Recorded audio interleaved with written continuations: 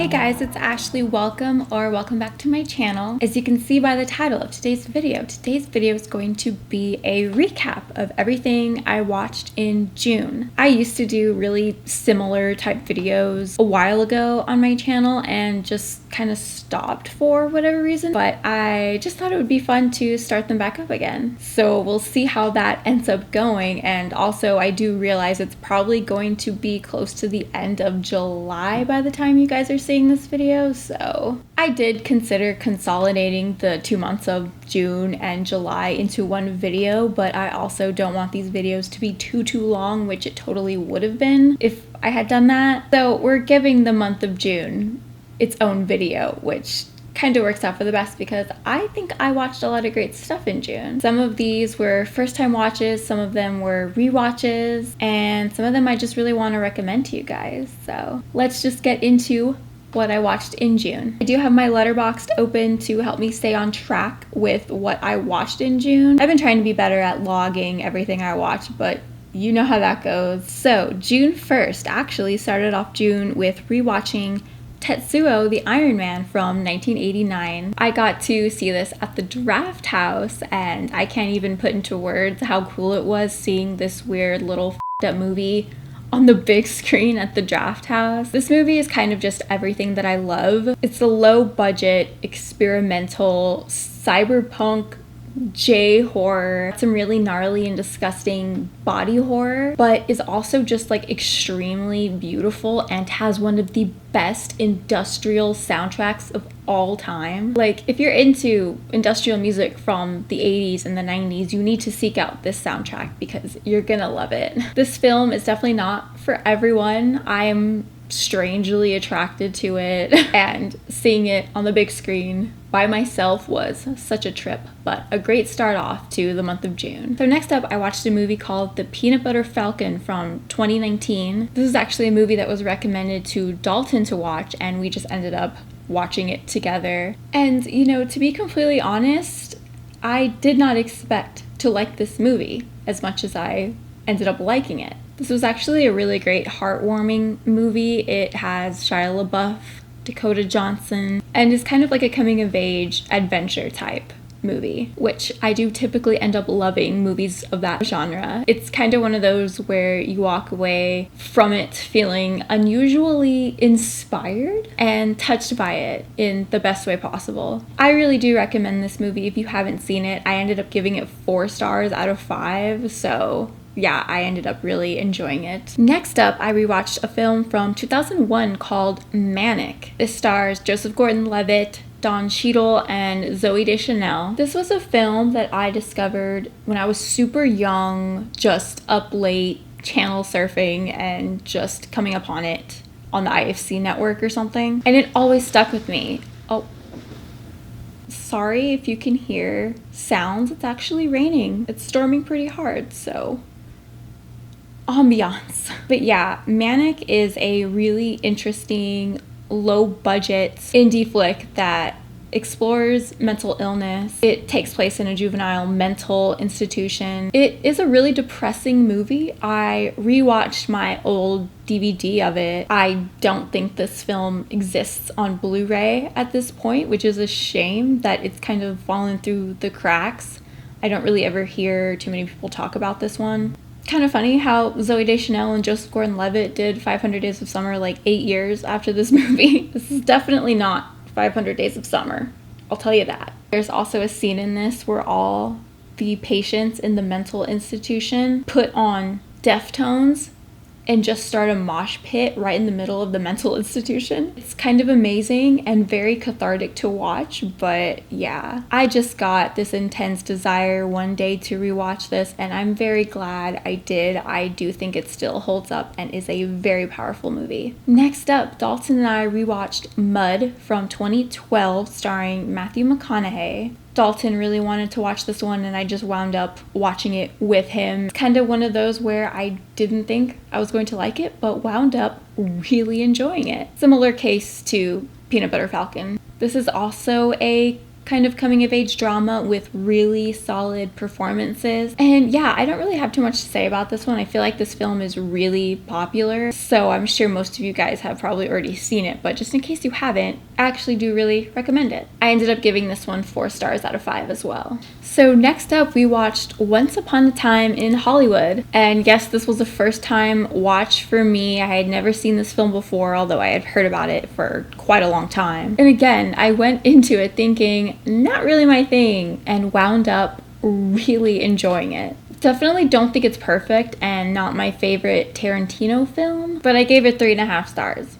So next we got to see Pet Sematary, the original Pet Sematary, at the Draft House. This was actually my second time seeing it on the big screen. I got to see it back in like 2019, I think, at the Draft House. This is absolutely one of my favorite horror films of all time. I definitely need to cover it and talk about it more in depth on my channel ASAP. Just such a very dark film and deeply sad and disturbing in so many ways. Goofy and cheesy at times, of course, but just such a solid film in my opinion. Kind of hard to watch in certain parts if you're a cat lover like I am. But yeah, really need to make Pet Sematary its own dedicated video one day because it deserves it. So next, actually the day after we got to see Pet Sematary at the Draft House, we got to rewatch Ty West's X on the big screen. This was also when we got a little sneak peek for Maxine, which check out my review if you haven't.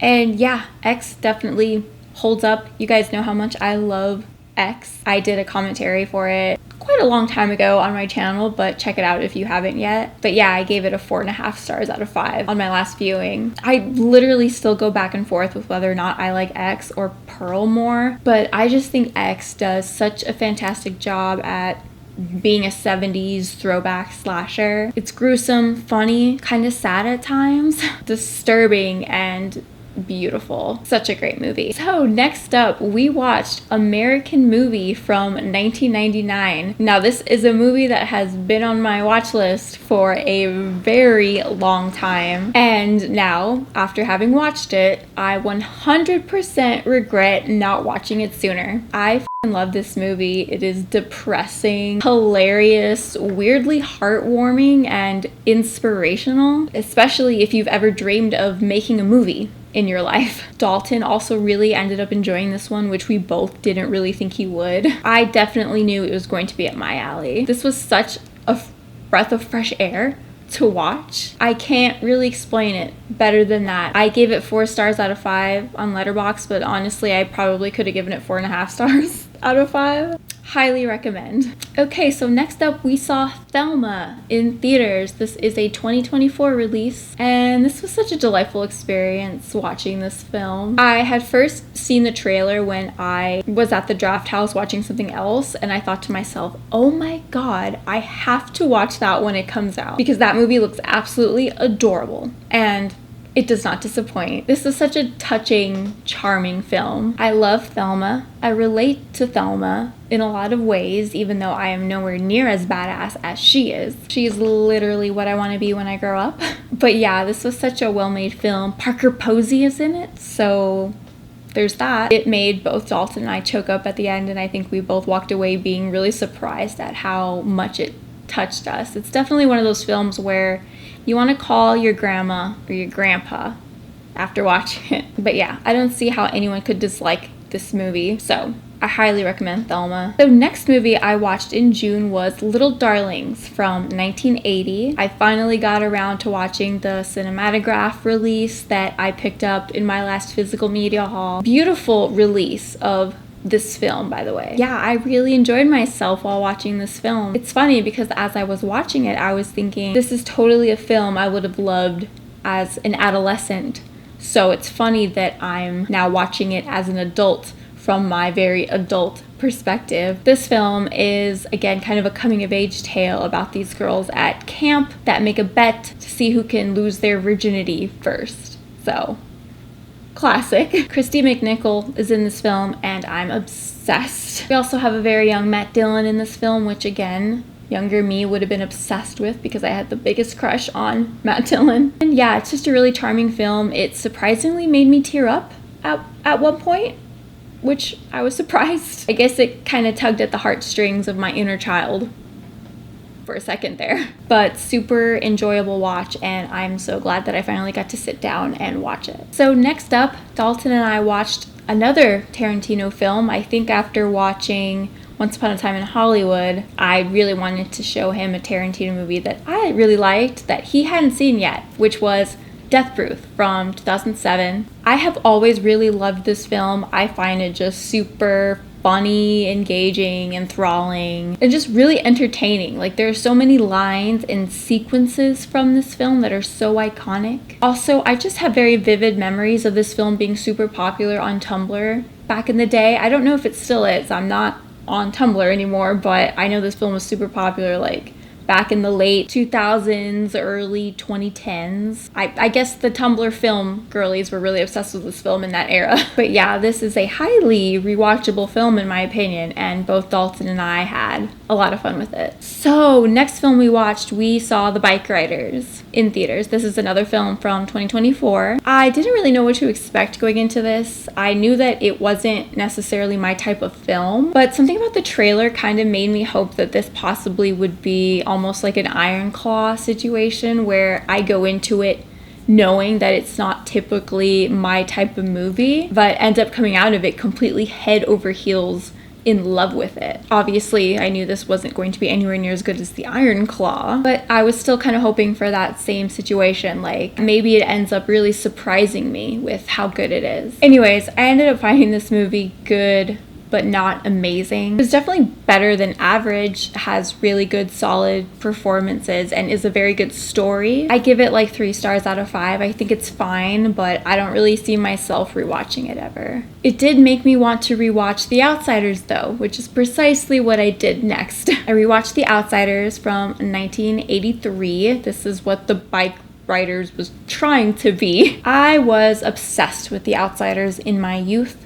I read the book and then I watched the film and absolutely fell in love with the film. I mean, can you blame me? The cast is an absolute dream from that time. Like, holy I will say though, something about this film that makes me very angry is that the version that is the most popular and the most mainstream nowadays is the 2005, I think it was, director's cut of the film called The Complete Novel. The theatrical version, which is the version I grew up with, is sadly kind of hard to find nowadays, which is such a shame because that is the superior version of this film. The Complete Novel is, of course, longer because it's littered with, in my opinion, unnecessary scenes taken from the novel. But the biggest thing is that the score is changed. If you see in the original theatrical version, you know the score is super beautiful and emotional and thrilling and uplifting. It's so good.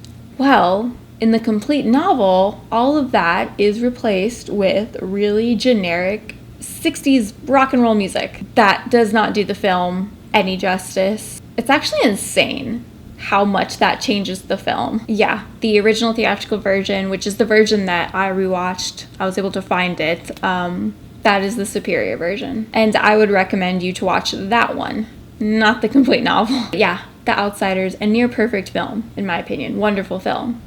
The theatrical version. Moving on, I swear I sometimes get really heated talking about that for some reason. Next movie I watched in June was Brandon Cronenberg's Infinity Pool. This was another movie that was on my watch list for so long, and I finally had time to sit down and watch it, and it was fine. To be completely honest, this film didn't really do it for me. Mia Goth was hands down the best part of this film, but she's the best part in everything that she's in. But yeah, I just wasn't into whatever they were trying to do with this one. Creative, for sure, but I just don't think I'm into this type of this subgenre. This weird shock value, dystopian, Black Mirror-ish thing. I don't really know how else to describe it. If you've seen the film, you know what I'm trying to say. I wanted to like this one more, but It is what it is. Okay, so next movie I ended up watching was Biozombie from 1997. This was another one of my pickups from my last physical media haul, so I had some time one day and decided to pop it in. This one was obviously a blind buy for me. I hadn't seen it before, and it was weird. I guess I don't know what I was expecting precisely, but I wish that I liked it more than I ended up liking it. But I also think I might have not been in the right headspace for this when I watched it, which is on me. I mean, this movie is like Dumb and Dumber meets Shaun of the Dead. Like, it's a dumb movie. It's like a stoner comedy with zombies. It's fine. The 90s aesthetics, though, insane. Like, visually, this movie is almost Greg Araki levels of cool. And the effects are decent and everything. I just wasn't that into it, to be completely honest. But I'm hoping that upon another rewatch, I might dig it a little better now that I know kind of more what to expect with it. But yeah, Biozombie. So next film I watched was Love Lies Bleeding from 2024. This was a film that, again, has been on my watch list for such a long time. It's one that I missed in theaters. Finally got to watch it, and you know, I feel like this was probably my fault, but I hyped up this movie so much in my head before actually watching it because I had heard some of my favorite creators say that this is their favorite film of 2024, like hands down, like 5 out of 5 stars. So I was pretty excited to watch this. Now, while I still really enjoyed it, and while I think it's a really, really, really well-made film, I just think I didn't end up loving it as much as others have, which is totally fine. This is still a movie that I would really very much like to own and rewatch in the future. I loved the crime romance aspect to it. This is a very sexy movie, a very violent movie, and just very 80s, which is awesome. It is a pretty good time, and I'm glad that I finally ended up watching it. Okay, 2 more movies to go for June. So next up, I watched Night Owl. I do own the Vinegar Syndrome Blu-ray of this film, which is what I ended up rewatching, which I highly recommend. This film is a very gritty but gorgeous black and white vampire flick. Super weird, super moody, underground filmmaking. It's one of those films that's like, despite it not being perfect, is still really weirdly inspiring to filmmakers. It's definitely not perfect, not for everyone. It's only 77 minutes long, but it feels long. I think it's because it does get a little slow and a little drawn out in parts, and especially because it's shot in a way that's very experimental, it can kind of, it can feel a bit long. With that being said, though, I definitely would recommend this to you if you like to get a little weird and a little experimental with your movies. This probably would be right up your alley. Okay, you guys, so last movie I ended up watching in June was actually another movie that Dalton recommended that we watch. He said he had watched this film a couple years ago and remembered it being good, but wanting to see if it still held up. And that movie was The Devil All the Time from 2020. This was apparently a Netflix movie or something like that. I had never heard of it even back in 2020. Bill Skarsgård is in this, Tom Holland,